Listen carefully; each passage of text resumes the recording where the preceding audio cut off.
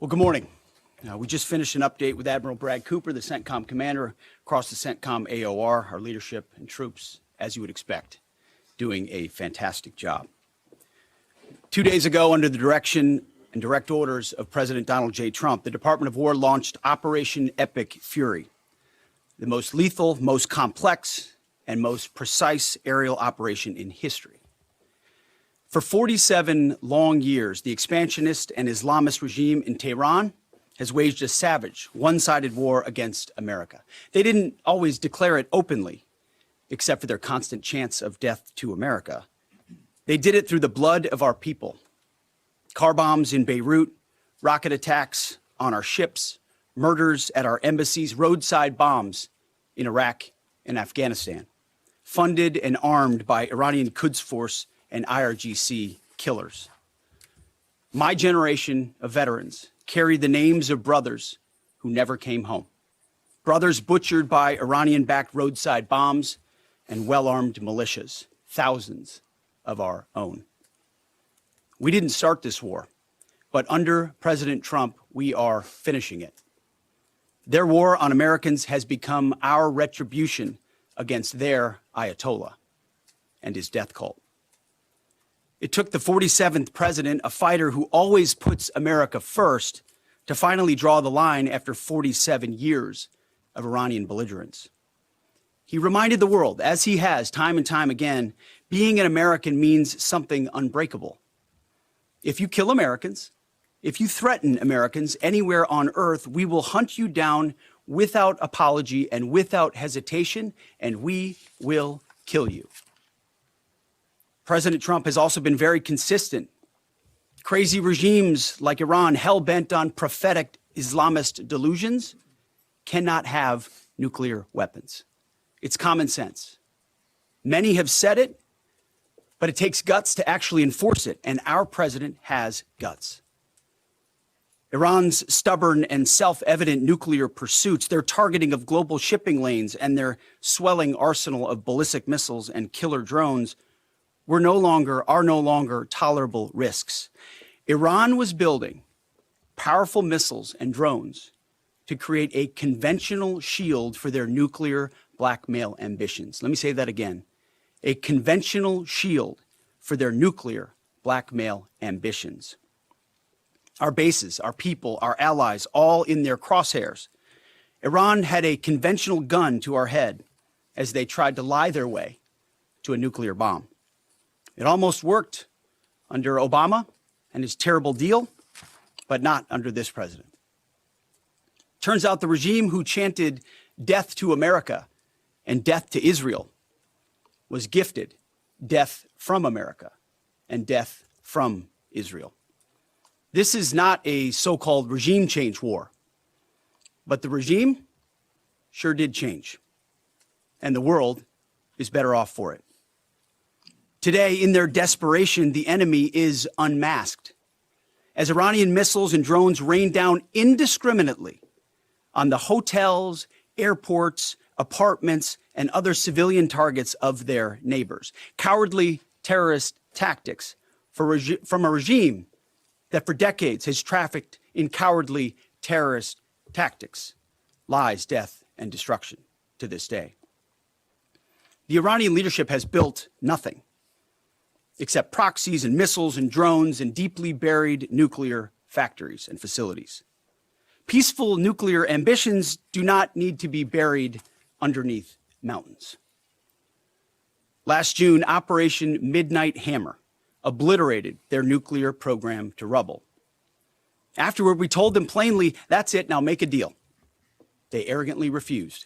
We said, rebuild it and we'll stop you again, this time far worse.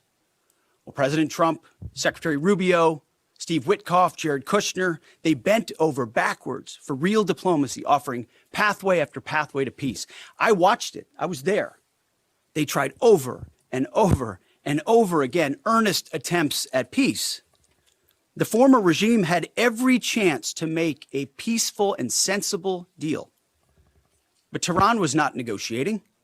They were stalling, buying time to reload their missile stockpiles and restart their nuclear ambitions. Their goal, hold us hostage, threatening to strike our forces. Well, President Trump doesn't play those games. And as Secretary Rubio said after the Maduro raid, if you don't know, now you know. President Trump puts America and Americans first. He doesn't hesitate, and neither do our troops. The mission of Operation Epic Fury is laser-focused. Destroy Iranian offensive missiles, destroy Iranian missile production, destroy their navy and other security infrastructure, and they will never have nuclear weapons. We're hitting them surgically, overwhelmingly, and unapologetically. With every passing day, our capabilities get stronger and Iran's get weaker. We set the terms of this war, from start to finish. Our ambitions are not utopian. They are realistic, scoped to our interests and the defense of our people and our allies. Speaking of people, we hope the Iranian people take advantage of this incredible opportunity. President Trump has been clear, now is your time. To Iranian security forces, choose wisely. President Trump has also been clear about your fate in either direction. To the media outlets and political left screaming endless wars, stop. This is not Iraq. This is not endless. I was there for both. Our generation knows better, and so does this president. He called the last 20 years of nation-building wars dumb, and he's right. This is the opposite. This operation is a clear, devastating, decisive mission. Destroy the missile threat, destroy the Navy, no nukes. Israel has clear missions as well, for which we are grateful. Capable partners, as we've said since the beginning, capable partners are good partners. Unlike so many of our traditional allies who wring their hands and clutch their pearls, hemming and hawing about the use of force. America, regardless of what so-called international institutions say, is unleashing the most lethal and precise air power campaign in history. B-2s, fighters, drones, missiles, and of course, classified effects. All on our terms, with maximum authorities. No stupid rules of engagement, no nation-building quagmire, no democracy-building exercise, no politically correct wars. We fight to win, and we don't waste time or lives. As the president warned, an effort of this scope will include casualties. War is hell, and always will be. A grateful nation honors the 4 Americans we have lost thus far and those injured. The absolute best of America. May we prosecute the remainder of this operation in a manner that honors them. No apologies, no hesitation, epic fury for them and the thousands of Americans before them, taken too soon by Iranian radicals. Before I turn it over to General Kane for the operational update, let me speak straight to you, the Joint Force, our warriors on the front lines. This is your moment. This is the generational turning point America has waited for since 1979, and since the rudderless wars of hubris my generation, our generation, endured. Don't listen to the noise. Just stay focused. Our commander-in-chief is steady at the wheel. We face a determined enemy, but you are better. But we must prove it every single day. History doesn't care if we're tired, if we're scared, or if the fight feels big. It demands warriors who rise anyway. Peace through strength, the warrior ethos, lethality, unity of purpose, those are not slogans. They're the beating heart of what it means to wear the uniform, that uniform. You think clearly under fire, you act decisively in chaos, you uphold the Constitution, and you uphold our country without hesitation. We are not defenders anymore. We are warriors, trained to kill the enemy and break their will. History is watching. Be the force you swore an oath to be, focused, disciplined, lethal, and unbreakable. We will finish this on America First conditions of President Trump's choosing, nobody else's, as it should be. And know this above all, President Trump and I have your back, always. Through fire, through criticism, through fake news, through everything. We unleash you because you are the best, most powerful, most lethal fighting force the world has ever seen. May Almighty God watch over you and his providential arms of protection extend over you. Godspeed, warriors, and keep going. General Kane, over to you. Thank you, Mr. Secretary, and good morning, everyone. The purpose of my portion of the briefing today is to update you and the American people on the actions taken thus far. The briefing will discuss the preparation, the planning, setting the force, the early operations, and how we're assessing the progress thus far. So let's get started. On Saturday, 28 February, at 01:15 Eastern Standard Time, 9:45 a.m. local Tehran time, on the orders of the President of the United States, U.S. Central Command, under the command of United States Navy Admiral Brad Cooper, commenced Operation Epic Fury. As I said, I'm going to walk you through the initial phases of the operation, but first, I want to express my deep condolences and the condolences of the Joint Force to the Department of War personnel killed and wounded in actions thus far. As the Secretary said, they're heroes and represent the best of our nation has to offer. They're true examples of what selfless service means. Our deepest and heartfelt condolences are with their families, their friends, and their units. We grieve with you and we will never forget you. Additionally, I stand here before you today grateful for each service member, planner, logistician, operator across our joint force, for our Department of War civilians, our intelligence community teammates, our interagency teammates who continue to stand in harm's way alongside us. I am proud of all of you as you take the fight to the enemy, and we are the best in the world at integrating, period. I want to extend my personal gratitude to the dedicated commanders and senior enlisted leaders and the enlisted members of the Joint Force who are fighting this fight across the CENTCOM AOR. In addition to Admiral Cooper and Fleet Master Chief Compton, I want to highlight a few today. U.S. Army Central Command Commander Lieutenant General Pat Frank, who along with his team are fighting the counter-missile and counter-drone fight. United States Navy Central Command Commander Vice Admiral Kurt Renshaw and his team, who are engaged with the Iranian Navy and projecting American naval combat power from the seas. And United States Air Force Central Command Commander Lieutenant General Derek France and his leadership team, who are crushing Iranian targets from the air.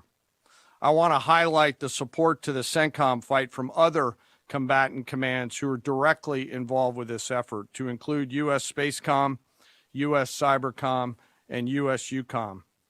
I also want to specifically call out United States Transportation Command and U.S. STRATCOM for their contributions to this fight.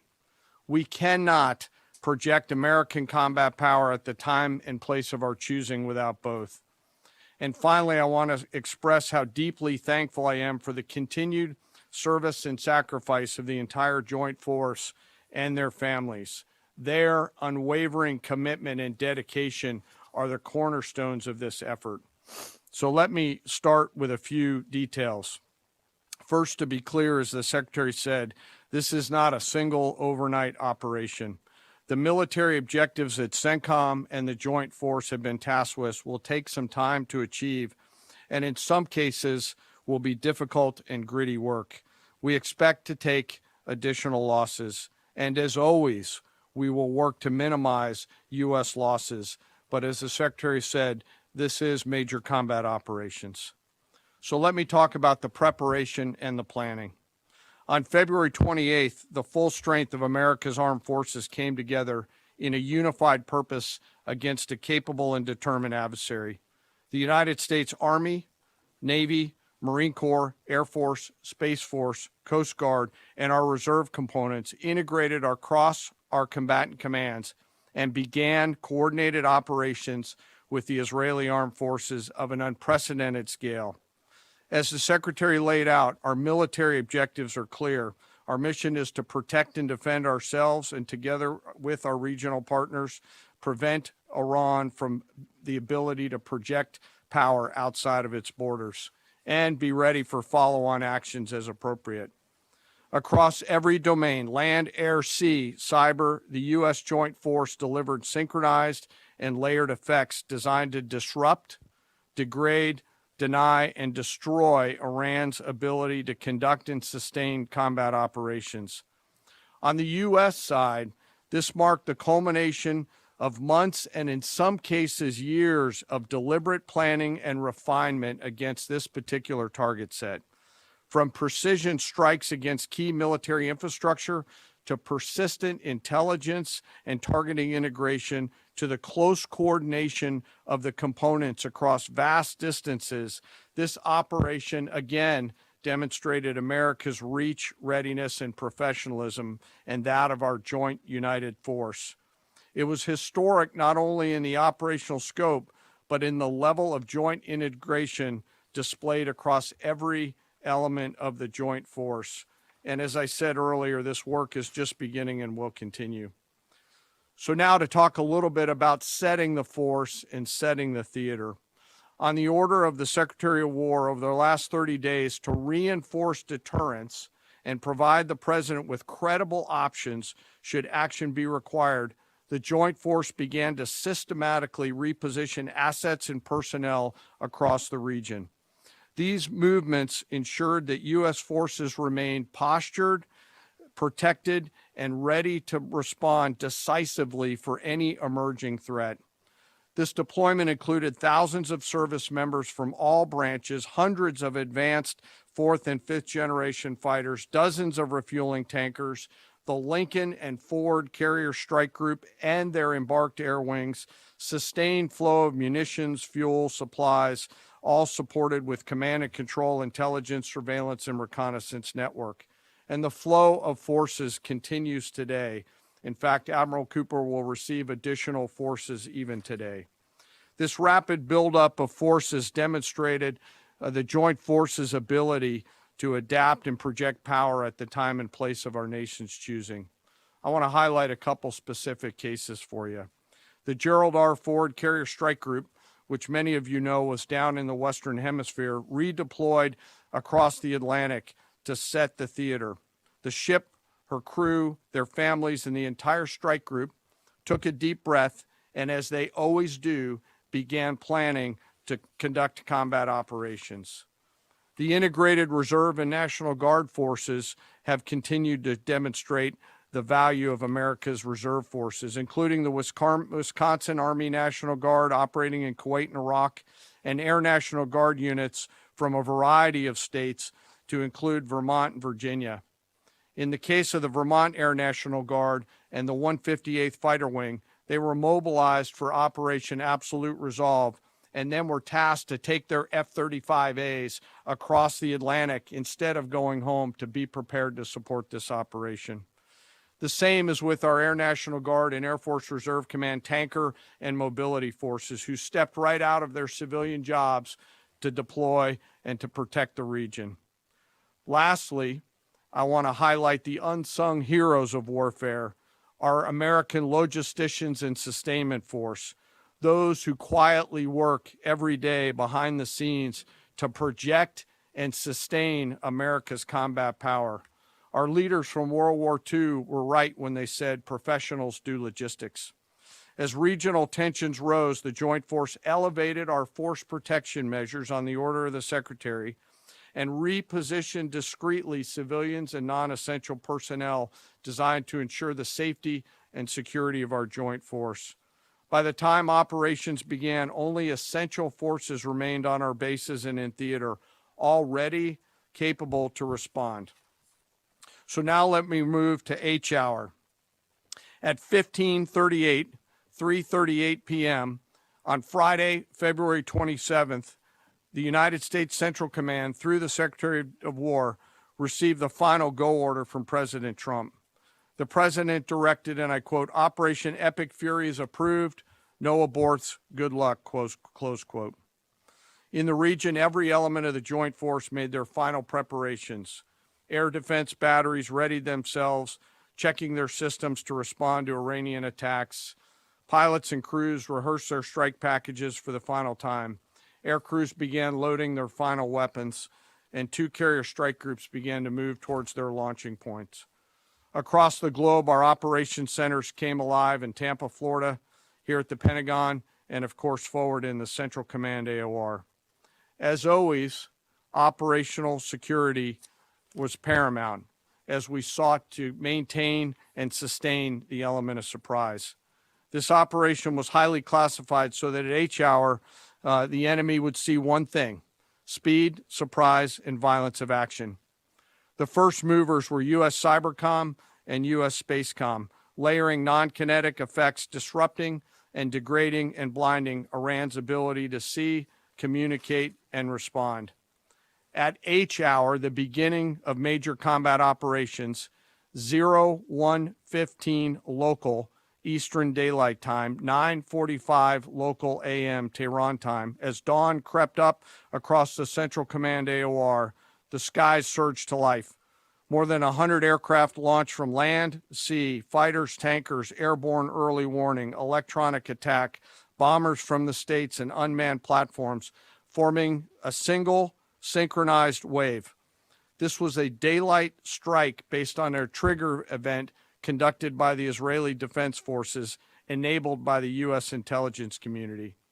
The first shooters at sea were Tomahawks unleashed by the United States Navy, closed in on Iranian naval forces, and began to conduct strikes across the southern flank in Iran. On the ground, forces fired precision standoff weapons, measured, deliberate, precise, and lethal. This was a massive, overwhelming attack across all domains of warfare, striking more than 1,000 targets in the first 24 hours. We are now roughly 57 hours into the operation. In the initial phase, CENTCOM's focus was systematic targeting of Iranians' command and control infrastructure, naval forces, ballistic missile sites, and intelligence infrastructure designed to daze and confuse them. Coordinated space and cyber operations effectively disrupted communications and sensor networks across the area of responsibility, leaving the adversary without the ability to see, coordinate, or respond effectively.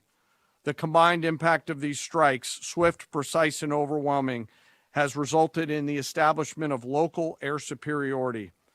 This air superiority will not only enhance the protection of our forces, but also allow them to continue the work over Iran. Over the course of the last 2 days, the Joint Force has launched hundreds of missions from land and sea and delivered tens of thousands of pieces of ordnance. The effort continues to scale. This included American B-2 bombers, which again, similar to Midnight Hammer, flew a 37-hour round-trip sortie from the continental United States, dropping precision, penetrating munitions on Iranian underground facilities across the southern flank and slightly deeper. Additionally, Israel has separately executed hundreds of sorties against hundreds of targets. Beyond Air Force and Navy aircraft strike packages, coordinated salvos of precision standoff weapons from across the region have neutralized hundreds of pre-planned targets. As I mentioned earlier, in support of these kinetic operations, U.S. Cybercom and Spacecom have continuously layered effects to disrupt, disorient, and confuse the enemy. I will note that this operation had several combat firsts, which I'll allow at some point in the future Admiral Cooper to talk about since he owns the AOR. While we've prosecuted a relentless offensive campaign, our defense has been equally important. Across the theater, operations have remained steady and disciplined. Once again, our integrated air and missile defense network is performing exactly as it's intended. U.S. Patriot and THAAD batteries, along with ballistic missile defense-capable Navy destroyers, continue to coordinate and execute intercepts with precision and consistency. I wish that every American could hear the voice communications like I have as these joint operations centers remain calm, focused, and cool while executing under fire over and over again. Collectively, these systems have intercepted hundreds of ballistic missiles targeting U.S. forces, our partners, and regional stability. The threat from one-way attack UAVs has remained persistent. Our systems have proven effective in countering these platforms, engaging targets rapidly. Each intercept represents hundreds of hours of training, readiness, and technology all coming together to work as designed. We will remain vigilant in the counter UAV fight. And the defense of the region is not ours alone. As the threat grew, our partners surged in beside us. Air defense batteries in Qatar, the UAE, Kuwait, Jordan, and Saudi Arabia joined the fight, proof positive that years of training, trust, and hard-earned integration pay off. I am aware of the loss of 3 U.S. Air Force F-15Es overnight in the region. I am grateful for the safety of the crews, and we know that this was not from hostile enemy fire. As this matter's under investigation, I'll not comment further on this. Let me close. Operations will remain active across the theater and across the globe. The U.S. forces are postured not only to maintain pressure, but to respond and adapt as required. Operation Epic Fury stands as a reminder of what the United States military uniquely delivers: the ability to project power on a global scale with speed, surprise, precision, and overwhelming force when and where our nation requires it. What we've demonstrated over the past several days reflects years of investment in readiness, joint integration, and professionalism of the joint force. As major combat operations continue across CENTCOM, we remain engaged globally. America's joint force retains the credibility, capacity, and flexibility to respond to any contingency anywhere in the world at any time. To those who would test our resolve or threaten the United States, our allies, or our interests, understand clearly we can reach you, we can sustain the fight, and we can scale the fight, and we will prevail. To the American people, your joint force remains steady, frosty, calm, and focused. Your service members are trained, disciplined, and determined. We understand the risks of this mission and the weight of the responsibility that we carry. We also recognize that our families also shoulder the burden at home. You are a part of this too. I am proud today, as I am every day, to stand as a member of America's joint force. There is no mission too complex, no distance too great, and no adversary too determined for the men and women who wear our nation's uniform. We mourn our fallen, we honor their families, and we continue our mission with focus, unity, and strength. And now I'm happy to take any questions. Thank you, Mr. Chairman. Right here. Go ahead. Thank you for your time. What percentage of Iranian long strike capabilities are still in the fight, and what is our exit strategy here, and when will it be deployed? Well, they have long-range strike capabilities, which we are hyper-focused on. The brief we got just this morning, Admiral Cooper knows exactly and precisely what kind of threat matrix he's looking at, the way they might change their techniques, and how we adapt to that. So we're making sure the theater commander has absolutely everything he needs. I mean, one of the things the chairman mentioned is for months and months, even before we built up, we ensured that we had maximum defensive capabilities in theater to allow the president the decision space in the future. So even before this build up in the last 30 days, we discreetly brought defensive assets in to make sure, understanding that there are Iranian capabilities. As far as time frame, I would never hang a time frame from our perspective. The commander-in-chief sets the op tempo and terms of this fight. As I said, it's on his terms. And we'll make sure that Admiral Cooper and his team have everything they need, not just to defend. I mean, the best defense is good offense.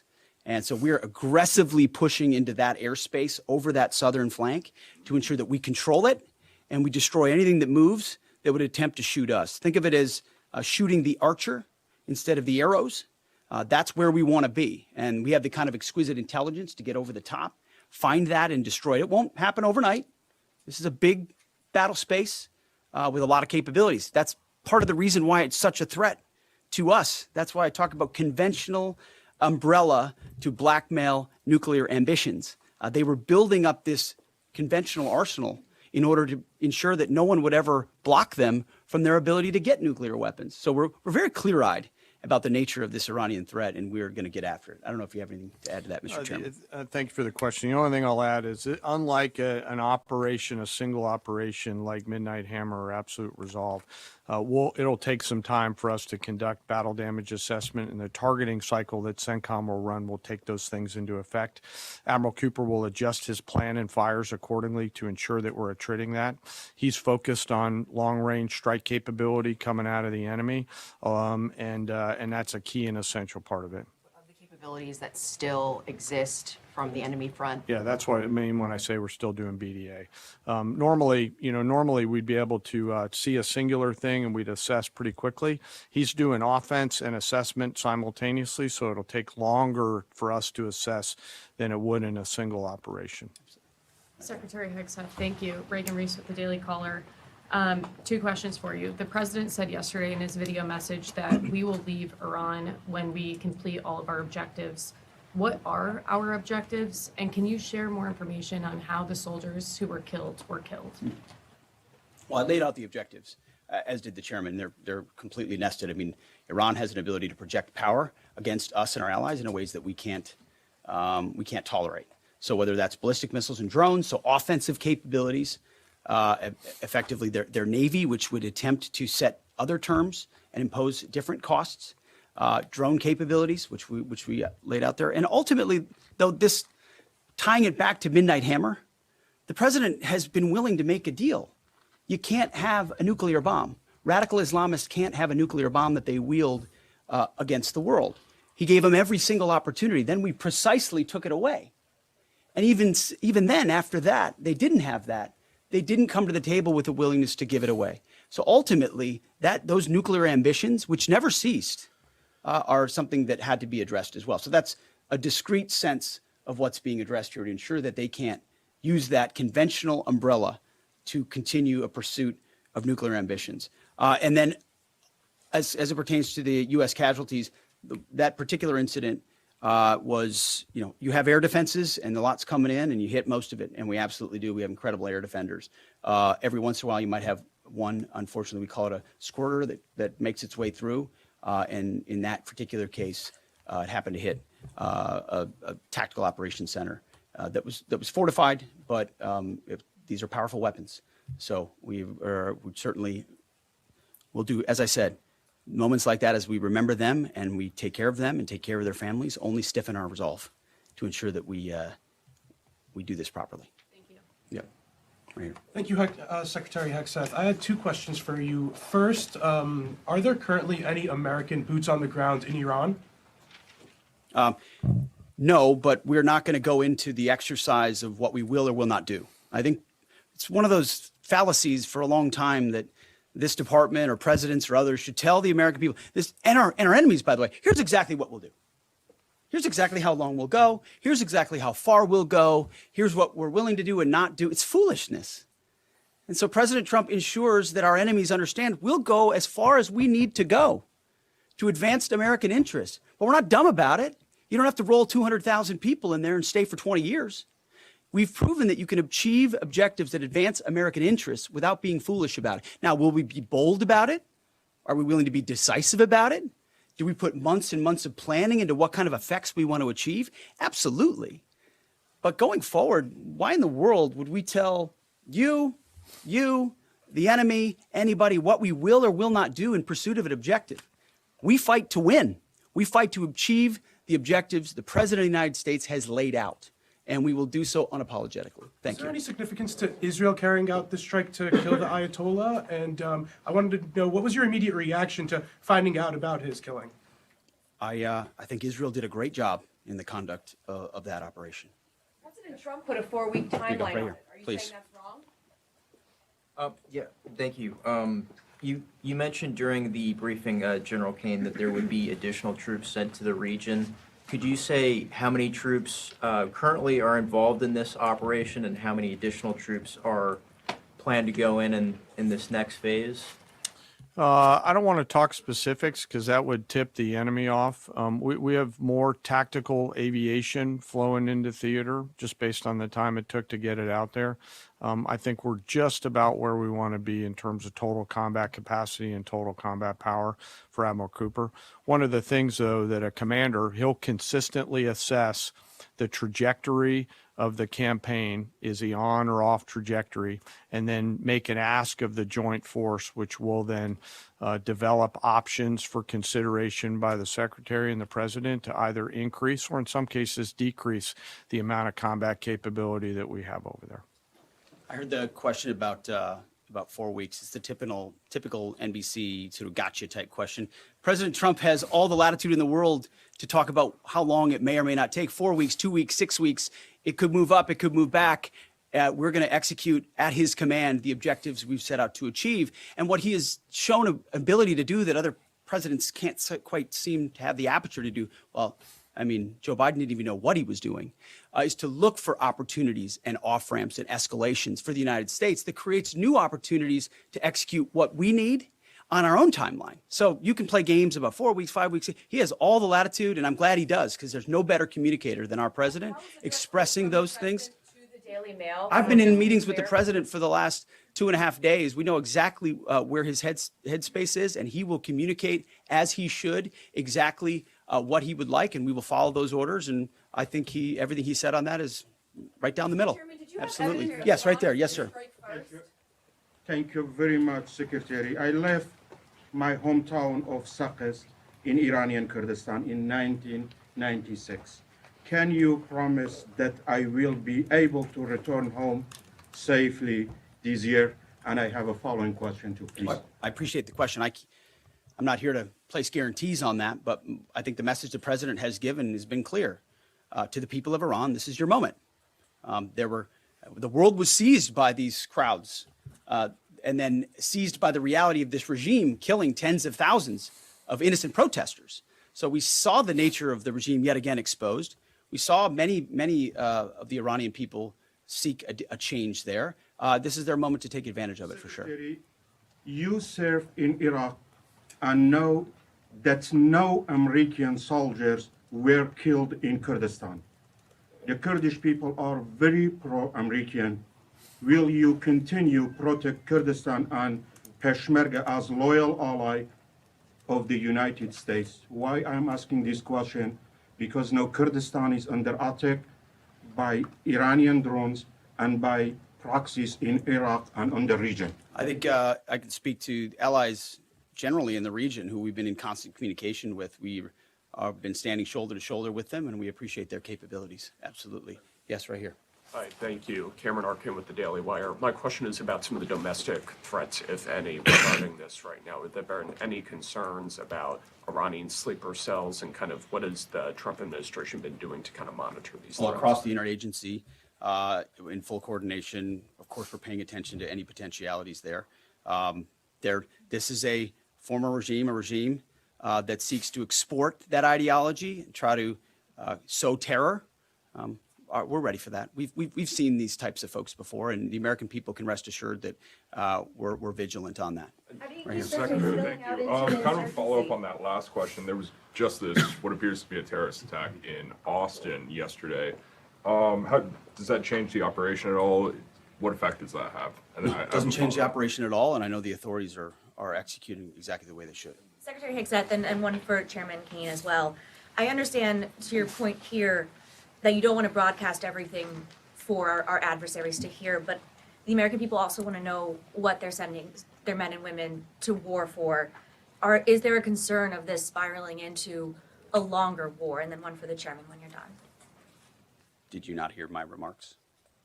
I mean, we're ensuring the mission gets accomplished, but we are very clear-eyed, as the president has been, unlike other presidents, about the foolish policies of the past that recklessly pulled us in to things that were not tethered to actual clear objectives. So we know, we have plans, we have generals, we have chairmen, we have commanders, CENTCOM commanders, Admiral Cooper, who's executing very deliberately to ensure outcomes that I laid out are accomplished.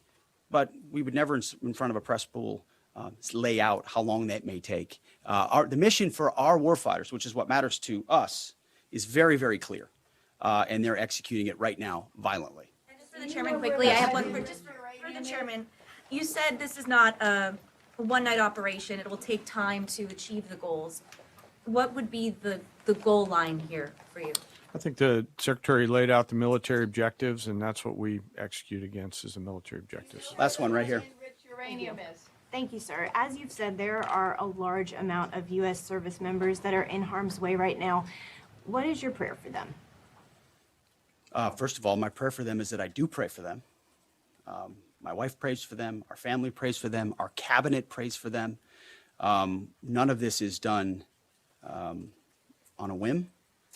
Having been in their boots, having been in their shoes, having been in their flight suits, I know we think about them with every decision that we make and every recommendation that we make to the President of the United States. Those recommendations are made prayerfully. And when I pray every day for them and for this mission, I pray simply for the biblical wisdom to see what is right and the courage to do it. It's going to take courage to follow through on this. There's going to be a lot of noise, and we pray for that, and we hope all of you do as well. Thank you very much. Appreciate it. Thank you.